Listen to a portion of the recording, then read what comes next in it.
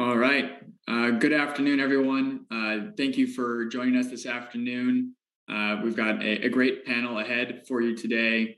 My name is Jesse Geip. I am the PAC South Director with the National Security Innovation Network, an OSD R&E program office that has been around for the last 6 years. And today I'll be joined by two colleagues who are with two other organizations, DIU, the Defense Innovation Unit, and NSIC, the National Security Innovation Capital Network. Both of these organizations are really becoming key, I think, to driving new prototype development and pulling in technology across the department. And so today we'll be discussing a bit about what our organizations do and how they can support the Navy's mission in trying to bring in best-in-breed technology to meet the critical demands of our warfighters. And certainly I think it's clear from events like this, where we're discussing complicated issues around cybersecurity and unmanned systems, that the number of challenges that our military is facing in highly technical areas is evolving rapidly. And we need the best minds that we can find from across our country in academic settings, in early stage startups, and in non-traditional players, all at the table to support this critical mission. So today we'll be talking a bit about what each of our organizations do, some of the work that we've already done in support of the Navy, and how as we continue to evolve our organizations, how they might be an asset to you all, the audience in the Navy, and other individuals who are looking to support the department in different ways. So with that, I'm going to kick it over first to Commander Jeremy Rayner to talk a little bit about DIU and your background, and then I'll move through the group. We're going to have kind of an open conversation today, but hopefully you all walk away from this understanding more about our organizations and come up with some creative ideas as we leave this session on how we can all continue to work together to drive impact for our Navy and our sailors. So Commander Jeremy Rayner, over to you. Hey, I appreciate it. Yeah, Commander Jeremy Renard. I'm active duty Navy. I serve with DIU as a defense engagement team. My prior background is operations. Just recently left PAC Fleet, current operations, to come to this job. And as an operator, I can't speak well enough about what DIU has been accomplishing since I've been here. DIU, in a nutshell, is essentially, we're trying to strengthen the national security innovation base across the board, right? Whether that's at the service level, the operational level, the tactical level, DIU is interested in supporting the warfighter at any level.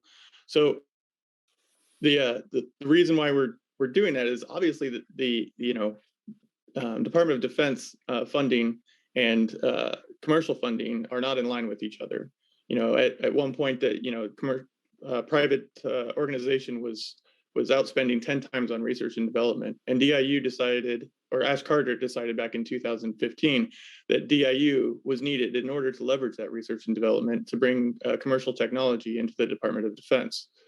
The method that we use is essentially DIU is headquartered in Silicon Valley, and we have commercial engagement, defense engagement, project managers, basically providing the entire package to establish a problem, develop a prototype, get a contract established, and put that out to industry to try to find solutions for the partners that have problems that need to be solved.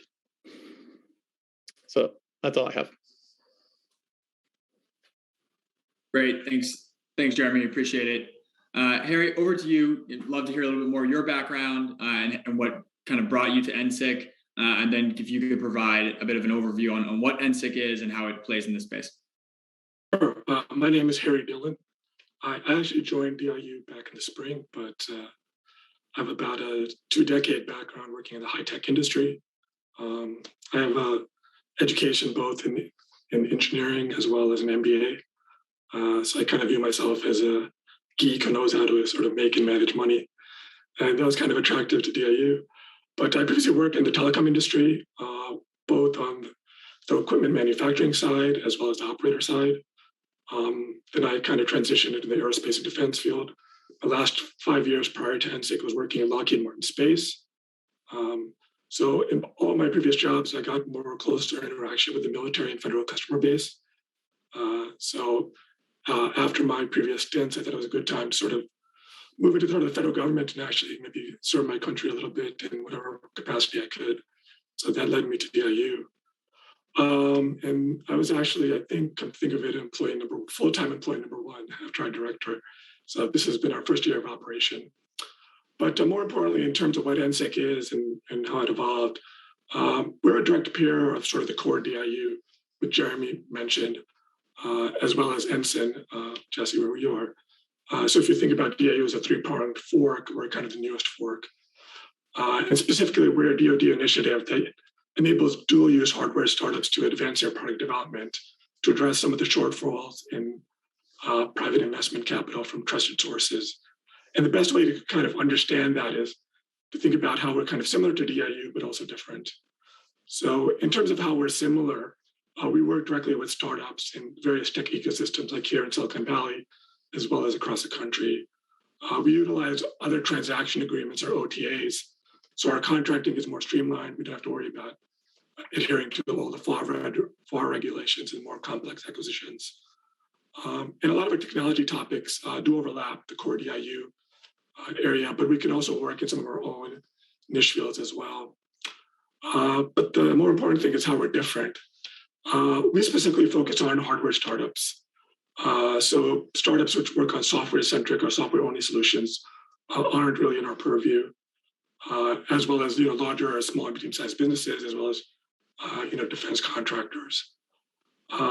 We also work with startups in the earlier stages of their formation. So they probably just got angel investments done, but they're not thinking of doing a Series A in the near term. And they aren't selling, production quality products at scale. Whereas core DIU can work across a whole spectrum of different companies for their various solicitations. We also invest in prototypes or underlying technologies are dual use in nature. So while the defense applications are key, the commercial applications are just as important, and it's really a burden of proof on those startups to demonstrate that to us. And the core DIU also requires a very specific problem statement and DoD sponsor for a lot of their solicitations. We don't have that. We have an open solicitation window that's open all year round. So we kind of are open to the different variety of creativity in terms of problem area and solutions that startups can bring to us. We also have our own process that we follow. It's very similar to core DIU, but a little bit different, again, based on the way we do solicitations. And lastly, we care about technology transition, inserting our technology into the service arms, but that's not directly part of our contracts or immediate success criteria. So we're kind of really working with those startups in their embryonic stages and making sure that they can actually develop products. So I'm happy to talk about that in more detail, but you can also find more detail on our website at nsic.mil.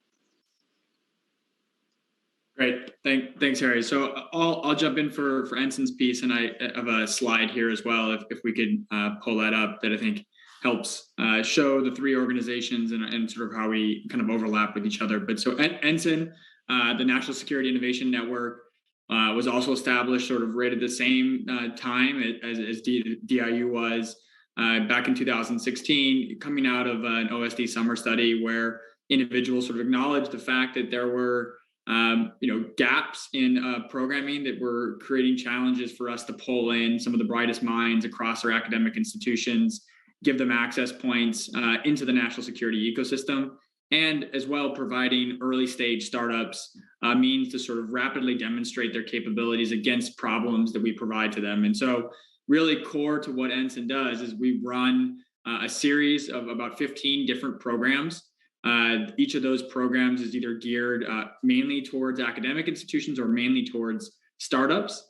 And we deploy those programs always on a particular problem that we have sourced directly from a unit, a military unit outside of NSIN. So it's coming from a Navy partner, it's coming from an Air Force partner, Marine Corps partner. Those can be strategic, operational, tactical. Sometimes they're personnel problems. They can be technological problems. They can be process problems. And in each one of those settings, we have different tools that we've developed to do problem validation, understand the root causes of a particular issue, and then develop some early stage MVPs and prototypes related to those problems. And really, the goal there is that we're trying to do these things really rapidly at low cost and leverage individuals with talent and skill sets that may not have already been engaged with the department, but certainly could be, and if they are, have the ability and technology and capabilities that can have an impact on our problems. And so, really, if you think about sort of NSIN, NSIC, and DIU, with NSIN also being, reporting up into Defense Innovation Unit. And if we can pull up that slide now, that'd be great.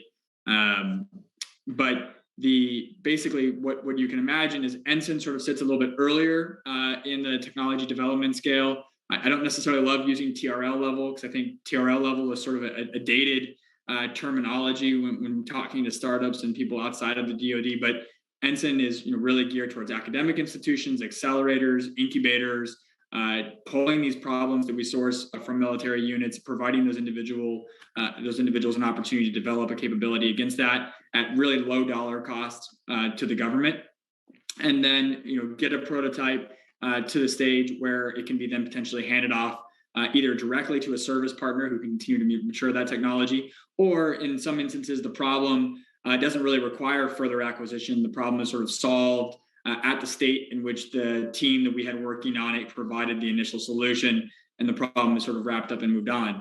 NSIC sits sort of above NSIN in terms of providing more meaningful capital, a larger scale, larger dollar amounts to develop hardware on behalf. And so in a perfect world, some of NSIN's programs could feed into NSIC.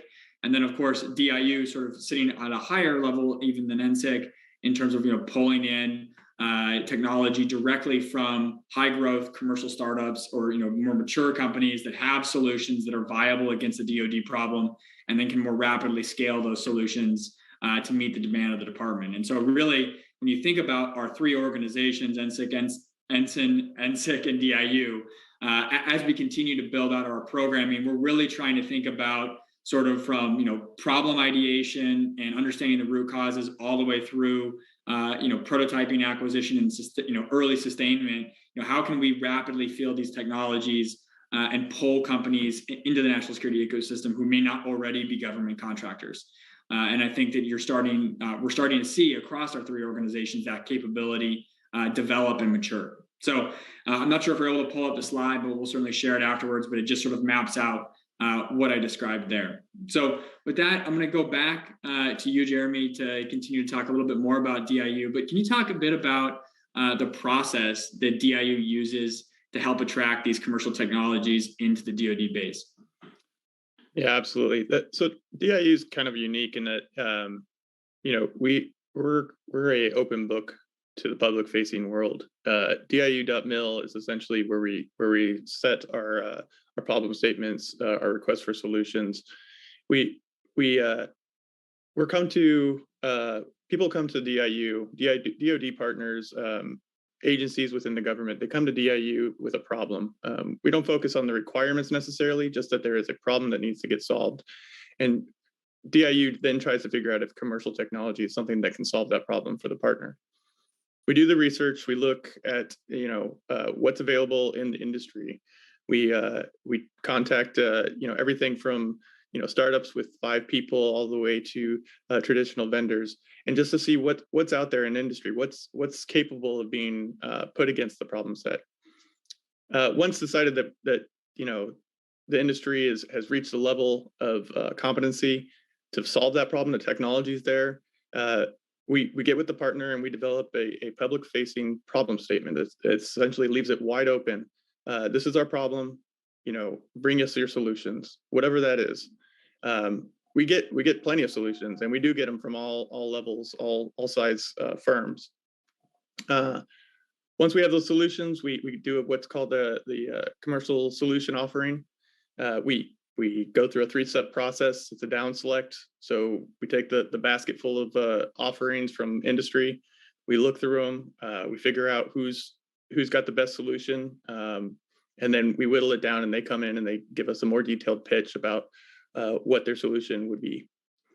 From that, we finally get to the contracting. We sign the contract for a prototype. We have the ability to do both production and prototype contracting. And it's all in-house for DIU. We provide program managers. We provide the commercial engagement side, which basically does the mapping within industry. potential vendors. We have the defense engagement side, which works hand in hand with the services and organizations to make sure that there's clear communication about what we're trying to accomplish. And then that program manager really does kind of work lockstep with the named individual from that organization about, what are we trying to accomplish with the CSO. And then finally, we set a goal of 90 days from the time from CSO to signing that final contract. So the speed is really kind of what we hang our hat on. We want to make sure that if there's a capability out there that we can leverage that OTA agreement to bring it to the warfighter as quickly as possible in a way that allows for competition and solves a problem set that the DoD partner has. That's great, Jeremy. And I'm just going to ask this question now. We already have one coming from the chat for you. So Tim asked, what is the difference between DIU and the various works initiatives? WERX, yeah. So the innovation space is obviously growing within the services and within all aspects. Everybody, the word innovation is definitely on the tips of everybody's tongue nowadays.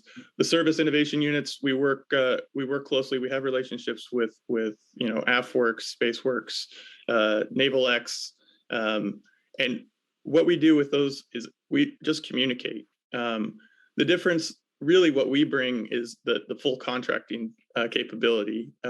We also don't use consortiums. We are our own contracting. We have no pass-throughs, so we do everything in-house. And the other part is it's joint, right? So we can leverage if Air Force and Army have the same problem, we can help them both at the same time, and it's through the DoD as opposed to service specific. So it's a cooperational relationship for sure. But yeah, the jointness is really where we kind of hang our hat. Yeah, no, that's great. And I think that's sort of true for, I'm sure, all three of our organizations, that the works organizations are all partner organizations to ours. I think we have sort of similar cultural mindsets in terms of, trying to deploy new capabilities rapidly. And there might be different tools that our organizations have. And I think the key is just good communication between our organizations and those that are out there that are service specific, and trying to figure out where what we are offering is complementary to what they're doing. And I think there are certainly plenty of examples where that is the case. I mean, I know from just speaking from NSIN's perspective, very often, we're collaborating directly with AFWorks or SpaceWorks or another works organization, NavalX, of course, on the Navy side, to think through, ways that our programming can complement the tools that those organizations do or don't have. So I don't think it's competitive. I think it's just a matter of, there's plenty of room for people to work in this space. And I think we're still in the land of more the merrier, even though the names may become confusing to everyone on the outside. At least in principle, I think it's good that we have more organizations than less. Harry, so over to you now. What areas does NSIC fund? You kind of referenced this a little bit, and can you talk about some of the investments that NSIC is already making or has already made? Yeah, happy to. We really focus on 5 areas, or what we call topics of interest. They span autonomy, communications, power, sensors, and space. And underneath these topics, we have more detailed subtopics. And you can certainly look on our website at what those are. And we found basically on our first year of experience that they've been, the way we've sort of categorized that space has been flexible enough to get a wide variety of submissions from various startups. And we've had discussions about sort of expanding it further, but currently in our second year of operation for the new fiscal year, which we just started, we're kind of continuing along that path and just have made some very minor refinements in some of the subtopics. But as I mentioned, we concluded our first year of investments, and we actually awarded OTA contracts to 9 different companies. Without going into detail in each one, I can maybe just cover the example technologies and prototypes that we funded in each of those areas. So like in communications, we funded a company which was working on a quantum refrigeration technology for quantum computing and communications. In power, we funded 3 different companies, spanning companies working on battery designs for lithium sulfur, for example, another company working on a manufacturing line for hydrogen fuel cartridges, and another company which was working on lithium-ion batteries, but for flexible designs, so they can have flexible batteries. In sensors, we funded an RF antenna design company, which was working on an RF antenna design based on quantum technology. And we also funded a chip terahertz radar imaging company as well. And in space, we funded 3 different companies. One was working on a vacuum deposition system for space manufacturing. Another company was working on a low-cost reusable rocket engine for unmanned and manned hypersonic applications. And we also funded a next generation, a company working on next generation satellite bus spacecraft for hosting payloads for space services. So you can see there's a kind of wide spectrum of different companies that we funded in different areas. It's also worth mentioning 2 other points. One is, if you look at those companies, they span actually the whole entire geography of the US, from the East Coast to the Midwest, to the South, to the West Coast. So that's something we were kind of interested in trying to engineer, but we weren't really sure if that would happen. So it was kind of a pleasant surprise at the end of our investment cycle that we could do that. And secondly, just to sort of piggyback on what you and Jeremy was talking about, we do work with the Works organization, especially me. I have a lot of contact with Works. And where they've been kind of helpful is not just having this sort of community of interest jointly among us, but also looking at how we can leverage different funding vehicles in creative ways. So we've already, for example, had 2 companies which we funded directly, and which are now also thinking about doing some additional prototype work, both in similar areas and different areas, with the AFWorks, leveraging their supplementary funding vehicles and TACFI and StratFi, for example, so they can get even additional monies and matching funds from other sources. So we have a working relationship with those organizations.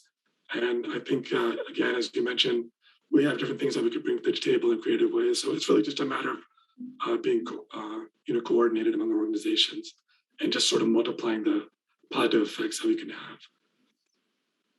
And Harry, I don't know if could you elaborate on just generally the dollar amounts on those types of funding rounds that you're doing?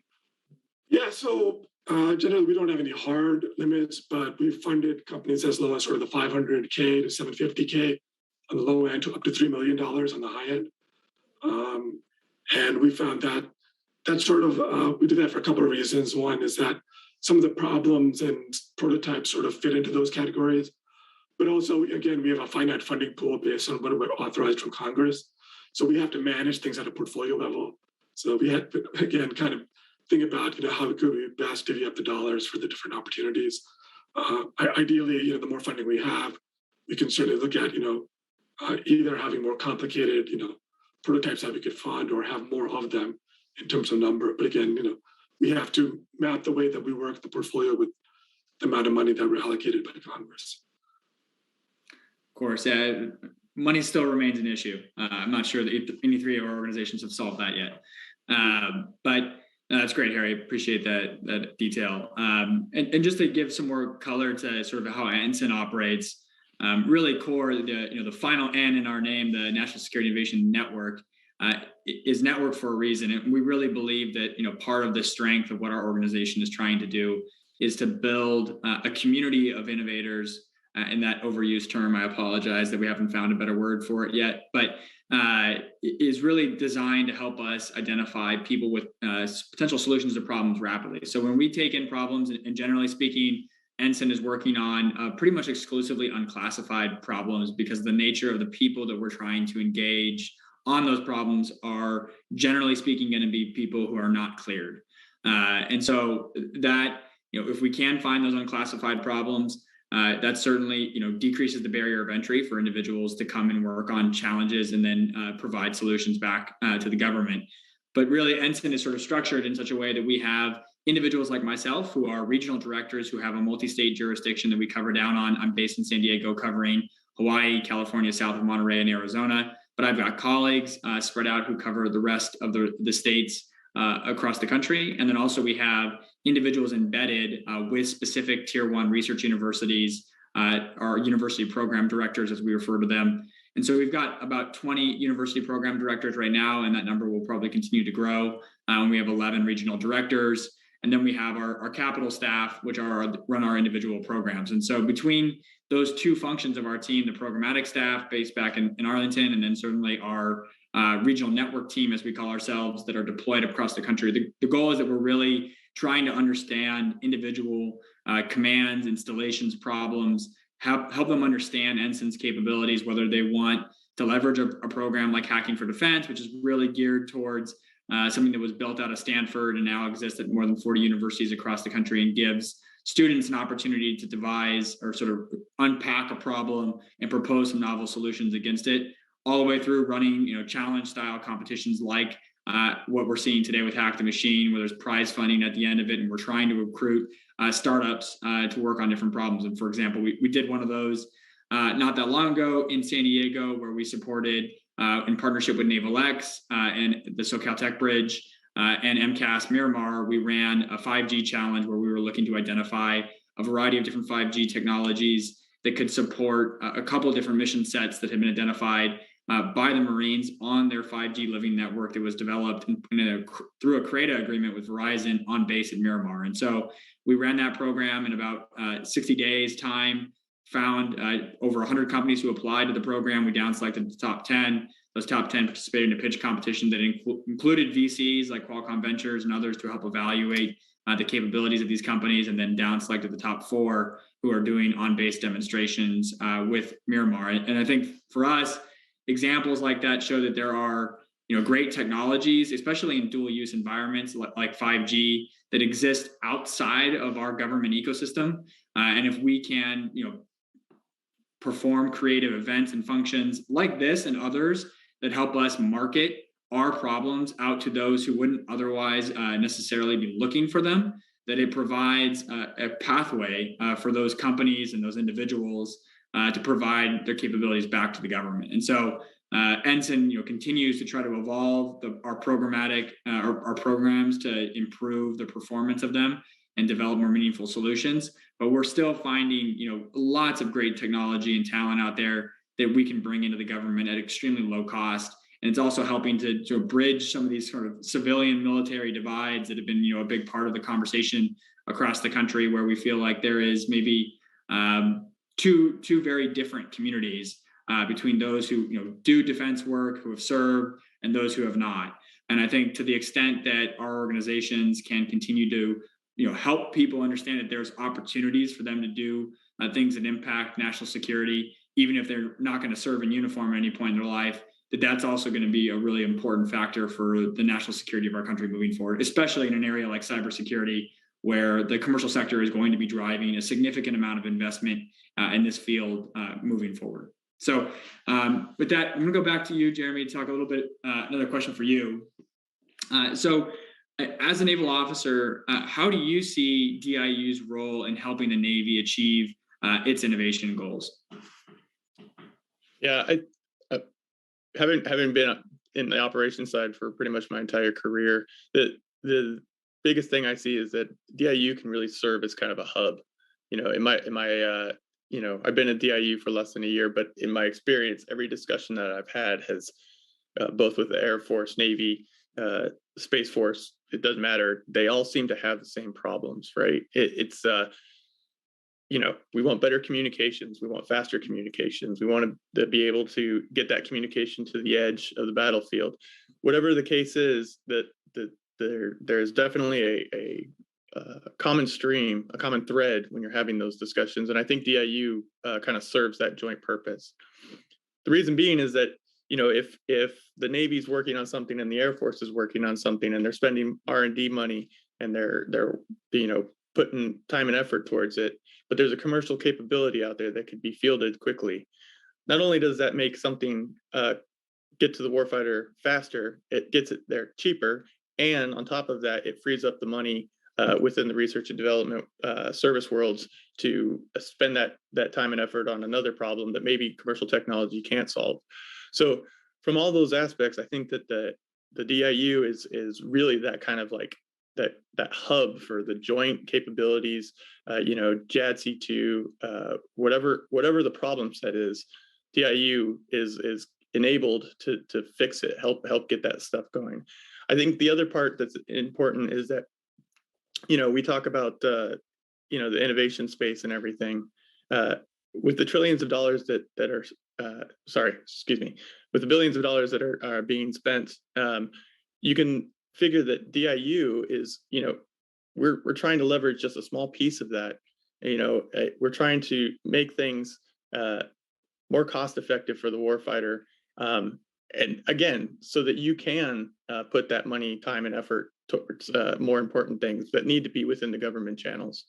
So from that point of view, I really think that the DIU kind of just meshes that all together and enables the services to come together and solve a common problem. Now there may be small nuances. The Navy obviously works in a different environment than the Air Force and Army. So there are nuances to those capabilities that may not fit exactly within each service, but we encourage all services to take part in any of our projects so that they can speak to their requirements, their problems, so that you can influence the outcome on that prototype and you can influence the outcome of that project, which I think is an important piece. So. Thanks, Jeremy. And DIU has done quite a bit in unmanned systems in the last couple of years. I don't know if you want to elaborate a little bit on some of the projects there. Obviously, the release of the new artificial intelligence report that just came out from DIU is also a pretty big milestone. But I think that's certainly an area where obviously the Navy in particular, but everyone is paying a lot of attention to. So maybe you could just highlight for everyone's sake some of the work that's been performed there. Yeah, so I'll talk about the unmanned side. We've had a few projects with PMS 408, unmanned, underwater vehicles, essentially, supporting mine warfare, rescue, whatever the case is.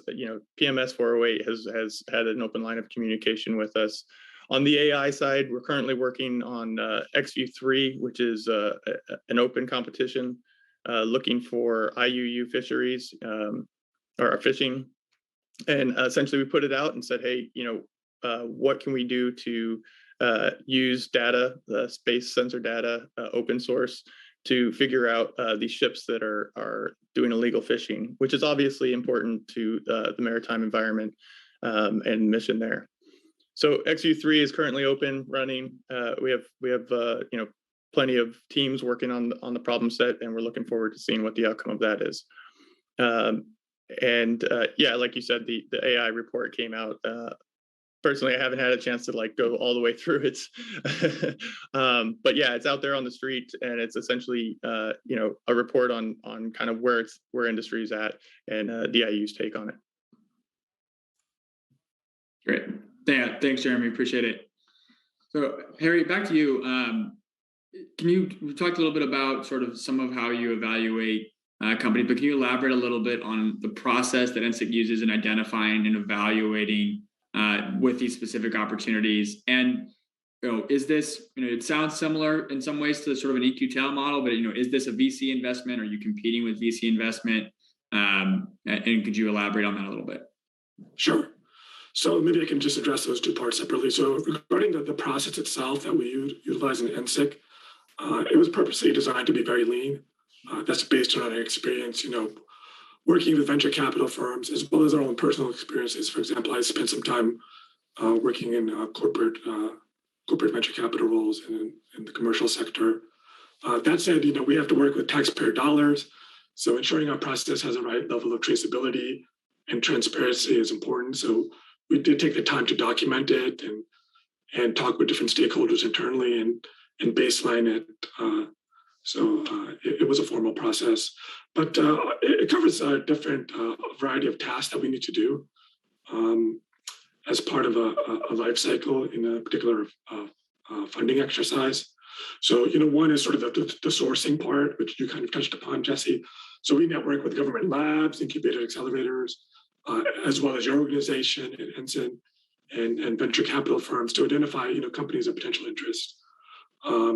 We also hear about different companies directly with conversations that we had, which come through us through our online venues on our website, and which provide, and also when they provide submissions to us. But at the end of the day, we don't formally evaluate anything until it's submitted to our website through our submission form. So once they do that, we actually make sure that all of these proposals can be kind of screened at a very basic level, based on sort of the criteria that I discussed earlier. So after a quick pre-screen, we kind of evaluate it against a more formal set of criteria, very similar to what you would see in a venture capital firm, looking at different technology aspects as well as business aspects, things managing risk, looking at the different markets that both in the defense and commercial side that the technology could be applied to. Do they have a strong management team? Things like that. Then based on those pitches which we find most interesting and which meet our sort of minimum threshold in those criteria, we invite those companies which have submitted those pitch decks to us into a pitch session. An ideal world, it would be a face-to-face meeting in our offices at Mountain View, but given the current environment, we hold all of them virtually, and that's been working fine. In those sessions, we can get into deeper conversations as well as do some follow-on due diligence. And then based on that, we kind of move to a proposal request phase where, the different leads we have in these different technology areas can decide that they want to champion particular investments. And we write different funding memos and submit them to an internal investment committee, which is, again, very similar to what you would have in a venture capital firm, where you have GPs, meeting weekly on talking about different investments. And on the investment committee, for example, Mike Brown is the director of DIU, sits on that, and the champion, as well as our NSIC director, is there, and we can discuss particular investments along with other functional heads within DIU. And then, for particular investments that have been approved, then we move to a contracting stage, then where we can jointly formalize the project in even more detail. And really that means putting together a statement of work, which all of you are familiar with. And then we can also negotiate the surrounding terms and conditions of the particular work project in the OTA, which is a fixed price contract. And then once the contracts are negotiated, then we go to final signature, and then we can execute the projects. So then the company can put their different resources in place to commence work based on what we defined in the statement of work. And then as a company hits specific milestones as part of their prototype exercise, they can make particular deliverables to NSIC. We can review them, approve them, or if we have issues, we can go back to them and discuss them, have them addressed. But once they're approved, then we can make particular payments based on the contract award in the OTA contract. And then, team members, including myself, we don't just handle the sort of the investment sourcing and review process. We also serve as program managers as well. So at least in NSIC, we have multiple roles that we can play. And in the project execution side, we work very closely with our companies as they execute these contracts. And we actually meet with them monthly to sort of review their, project progress, as well as address any issues in real time. So that's an overview of the process.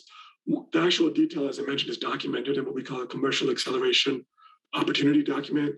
So this CAO document is actually posted on our website as well as the federal sam.gov website. So people can actually look at it in more detail. And that gives us a way to be transparent as well as baseline ourselves against a sort of particular level of performance as we go forward. So on your second question regarding do we compete with venture capital firms, I would say the answer is no. I don't think we perceive ourselves that way, and I don't think it's perceived externally that way. And there's a variety of reasons for that. The most important reason is that there is an acknowledged gap when it comes to investment in deep tech. US VC firms invest, I would say, probably less than a third of their total capital in hardware-based companies. So you probably think about, the model of, people developing software in the garage and doing cloud computing and thinking about, the app of the day in terms of addressing different kind of problems. But obviously, hard tech is really based on hard problems using very complicated technologies. So that's really a nice niche that we can work with. Also, a lot of the VC investments are probably less than 6% or in these kind of environments are really in the early stages. So again, that's an area where we can actually work with startups in the early stage where they kind of have to worry about this valley of death, not just getting an MVP, out in the marketplace, but even just basically surviving long enough where they can actually, define a prototype and get some traction among themselves as well with some early external stakeholders. The other issue is that trusted capital can be an issue. The Chinese are investing in commercial technologies, as part of the tech company that they have there in mainland China. But they're also investing in technology in sort of more I would say less overt and maybe more covert ways.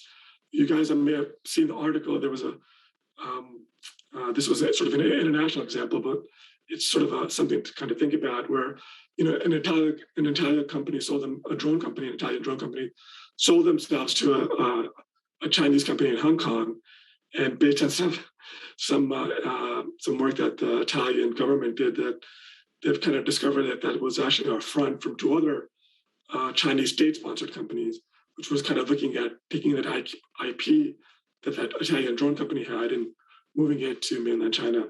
So we've seen some kind of similar kind of security issues, and we want to make sure that we don't, where there are opportunities to fund certain companies, that they don't get themselves into that kind of situation, because these small startups don't have, elaborate, legal divisions or general counsels that can kind of spot these kind of issues early. So we can be kind of that source of trusted capital and sort of de-risk a lot of sort of capital or potential capital on their cap tables. Again, we're kind of thinking about working with these companies at their earliest stages. So, in these stages, these companies have probably got some early angel investments, but they're not at the stage where they can do like a Series A. And we can actually accelerate their product timeline. So they come to us with a basic sort of product development roadmap and a schedule, and we can find ways to actually accelerate that by, in order of for example, several months, where they can actually sort of develop their prototype. We actually make and the sort of a third point, we make the jobs of, VC firms very easy. We can provide an early stamp of approval or DoD stamp of approval on these prototype developments and generally on these companies. So that can provide an initial level of endorsement to the market, but also some of our internal DoD stakeholders. And we've actually have helped several of the companies that we funded get follow-on investments from venture capital firms. So, a lot of investor discussion these companies have, which may have stalled, can now move forward. And in other cases where they're looking at, for example, newer type of investment partners, we can sort of have them come to the table with these VC firms. So the question doesn't, for these VC-based companies, doesn't have to be, can we get investors? It's more like, well, we actually have a different choice of investors. Which investors should we have? How much money should we actually bring in and by when? So those are good problems to have for startups, not questions around survival.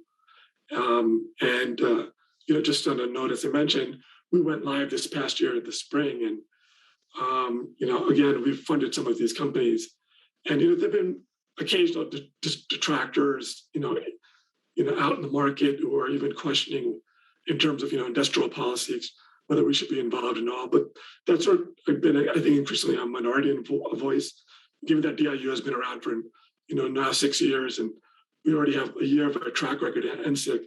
I think a lot of our relationship with VC firms has been very complimentary and professional, and I think that's something we'll see continuing going forward. That's great. Thanks, Harry. That was a very comprehensive answer. Appreciate it.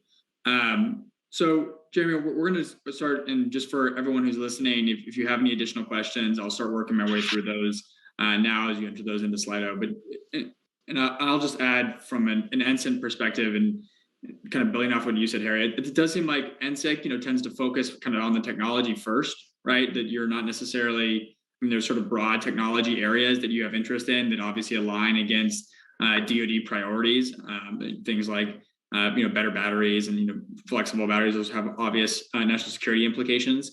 From an NSIN perspective, everything that we do starts with a DoD problem, right? So we're sort of not as an organization designed to necessarily go out and just find technology that is worthwhile for investment or maturation. we start first with a problem, right, that we source directly from someone who wants that problem solved. And sometimes, like I mentioned before, those problems are fairly granular, down to a pretty tactical level, that things that just cost manpower and are burdensome on operations, up through more advanced technologies that someone's trying to develop or would like to see developed on behalf of some particular organization. And so the one thing I would also just say is, before we transition to some additional questions for the panel, from an NSIN perspective, we've had some phenomenal engagement with the Navy in certain circumstances, but I can tell you that there's a lot more opportunity from an NSIN standpoint to work on more problems with and on behalf of the Navy across the board. We've got tremendous engagement with Naval X, tremendous engagement with some of our regional commands. But there's definitely opportunity for us to be working on more problems. And just to give an example of something that we've done at NSIN recently in support of the Marine Corps, we've supported them with something called the Big Ideas Challenge, which is a way for them to source problems from kind of a grassroots problem sourcing engagement that we ran through a website that NSIN has developed through one of our contractors, GXM, that collects ideas, showcases them, allows individual Marines to interact with those ideas and provide feedback to each other on how to potentially solve those in real time. But also just by tracking those ideas, and we had nearly 100 submissions come through in just a month's period of time, and we plan on doing this exercise with 3 MEF and 1 MEF on an annual basis. That becomes a pipeline of problems that then we can then, both at the MEF level and then leadership, and then with McWill and engagement from broader ONR and Navy, think through ways that we can be trying to solve those, or if there are already efforts to solve those, how do we plug in those who may not be aware of what's being developed in real time. But also it's a way for an organization like ours to see that there might be an issue out there where our programmatic capabilities can be leveraged to support. And so one thing I would just put out to anyone who's watching this is that if you're not already engaged with either 3 of our organizations, but certainly in my bias case with NSIN, I would say that you really should try to get a hold of your regional rep, which all of that is listed on our website, and kind of who covers what part of the country, because it's our goal is to first start by understanding the issues that you face to achieve your operation success, and then come up with ways to solve that problem. And then sometimes, because of the fact that we are, like the rest of the DIU enterprise, joint in nature, we may have worked on a very similar, if not the exact same problem with another unit, either out in a different service or in a different part of the country. And just by telling us about the issue that you're facing, we can direct you to the work that's already being done in that area. And I think that that's really a core capability that I believe that DIU, NSIC, and NSIN all continue to provide, is that we have that horizontal view across the services, and we can try to map people back to efforts that they may or may not already be aware of. So with that, Jeremy, I'm going to come back to you. We talked about this a little bit, but maybe we could elaborate just based off kind of what I said there in terms of like pulling problems in, right? So, how does a Navy partner who has a challenge that they think there might be a way that they could collaborate with DIU on that problem? How would that engagement look from their perspective, and how would they come forward to you to do that? Yeah, so the simplest answer is diu.mil, but obviously there's other avenues for that. DIU is very open to discussions about any problem sets, any services that are looking to just open communications about something that they're trying to solve. We're very much a holistic kind of organization, in that not only do we, obviously we want to get that prototype established. We want to get a contract going and get something to the warfighter, but we also obviously want to make sure that the national innovation is actually occurring, right? So if Navy is looking for a particular capability, and we know of it because of our networking and whatnot, but Naval X is already working it, or if AFRL is working it, we'll easily just push them in that direction and say, hey, we know of somebody that's looking at that. Let's set up a meeting, the 3 of us, and see if it meets your needs.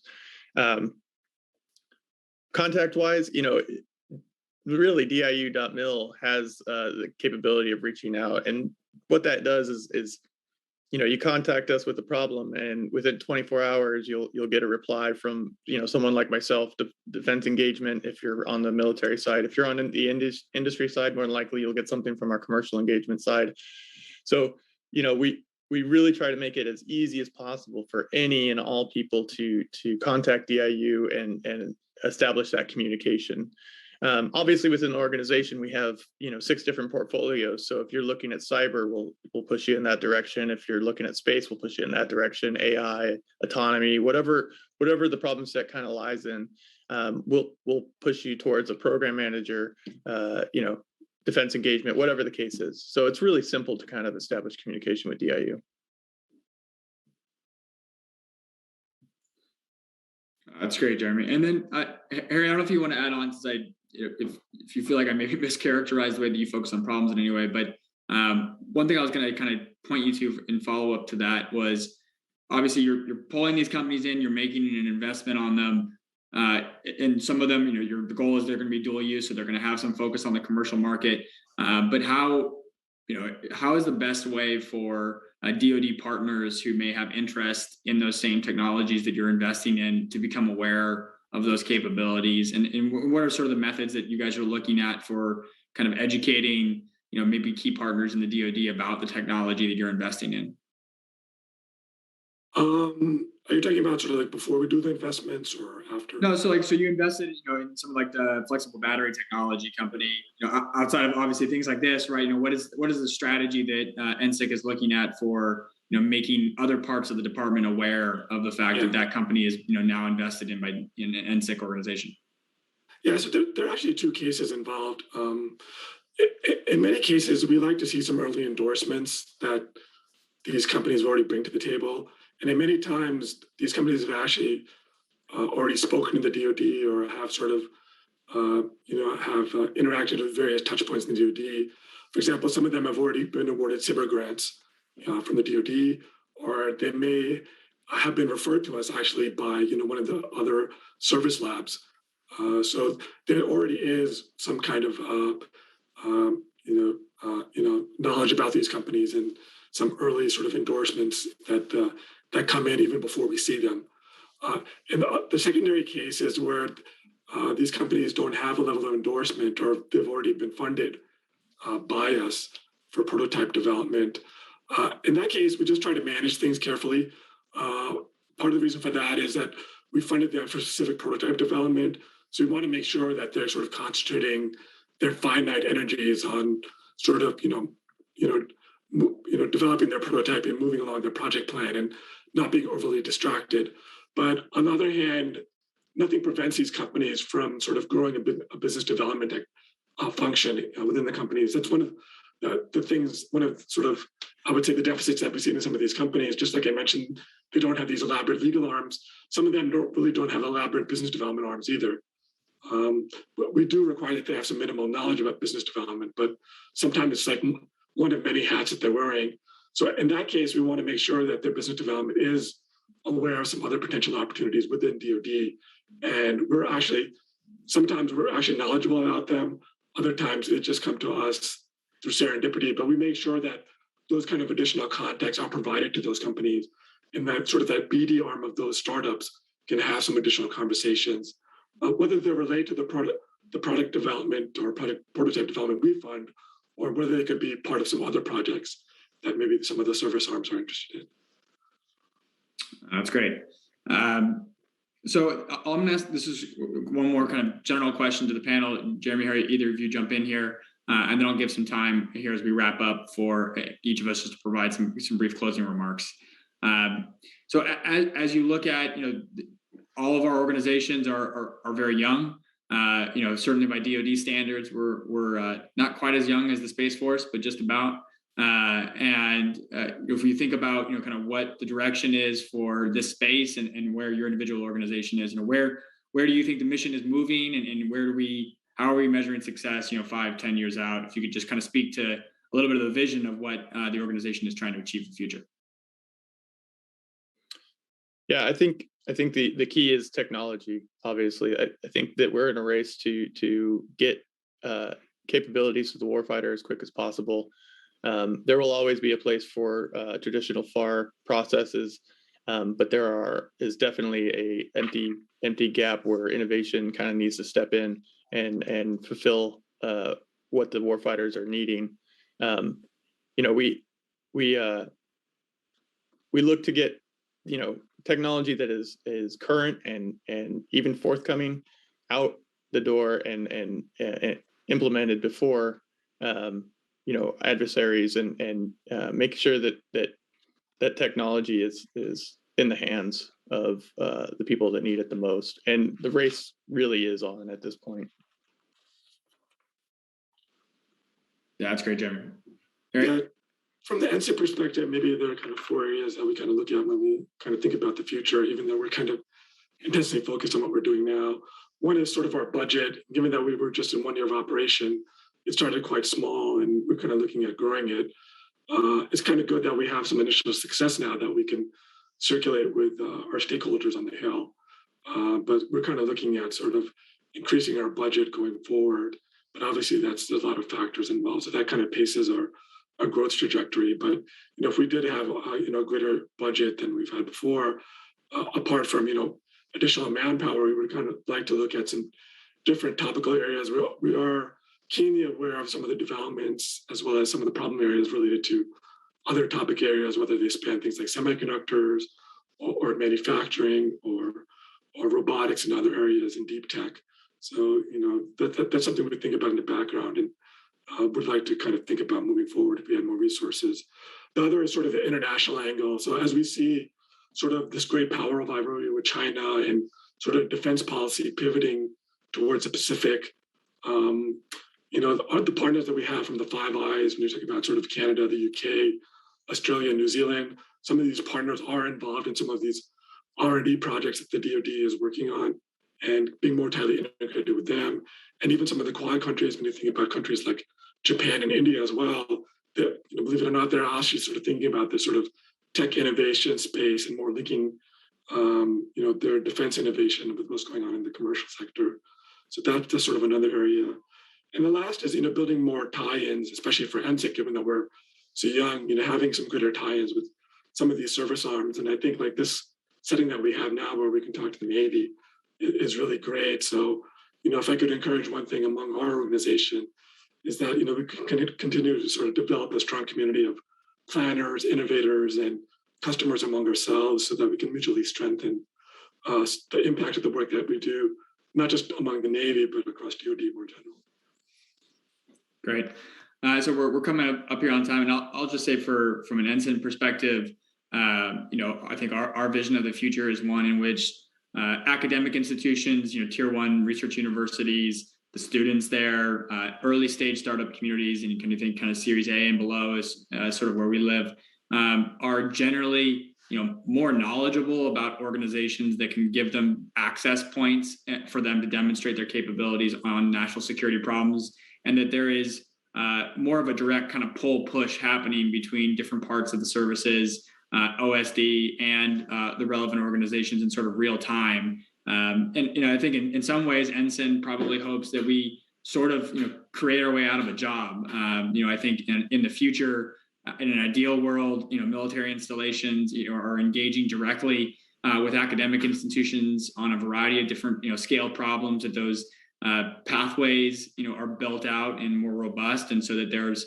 kind of more regular and continuous engagement there, and then that there are potentially maybe more so within the services or at the OSC level, that the programmatics that NSIN is building become kind of widespread and adopted. And I imagine there might be a scenario in the future in which some of the programs that NSIN runs now that are really adding value become things that AFWorks and SpaceWorks and NavalX are running at a high level within their own services, and then NSIN begins to focus on different and new capabilities that are now will be complementary to those things as they evolve. But ultimately, at the end of the day, we want to increase the number of individuals working on national security problems, and so we're willing to throw a lot of different tools at that. But really, we're trying to do so in a way that allows us to rapidly innovate and build prototypes quickly on behalf of those who need it the most. So with that, last 30 seconds here, just really quick, any last remarks from you, Jeremy, and you, Harry? From my end, I look forward to increased Navy engagement at DIU. Yeah, I would just second that. One of the investments or funding opportunities I talked about was autonomy, but I didn't really mention any. So, to the extent that, you see opportunities for, underwater unmanned or sort of surface water platforms, either companies that are interested in providing solutions in that space or problem areas in that space, feel free to reach out to me and our team, and we could just have a continued dialogue. Or also, again, encourage industry to come to us and maybe steer some of those startups to us. And that would give us an opportunity to sort of evaluate those opportunities on your behalf. Great. Well, Jeremy, Harry, it was great being able to chat with you. Obviously, this is a really important problem space, and I think I think hopefully the resounding message to everyone here is that all of our organizations are really geared to leverage the tools that we've developed in support of other people's problems, right, and other parts of the services and from across the organizations. And the fact that we have sort of a joint design in nature allows us to see things that are happening across the wide variety of commands and ecosystems, and hopefully accelerate your ability to find solutions that you need in real time. And so I think as NSIN, NSIC, and DIU continue to mature and grow in our programs, the connectivity between the three organizations is strengthening, which allows us to kind of mature individual problems and solutions across our three organizations. And so hopefully we can continue to work in this space in cybersecurity and unmanned systems increasingly with our Navy partners and on a variety of other issues. So with that, thank you to you both for taking the time to be with us today. And thank you for everyone who listened in today. And for all those who are participating in Hack the Machine over this week, really appreciate your efforts to try to get after some tough problems.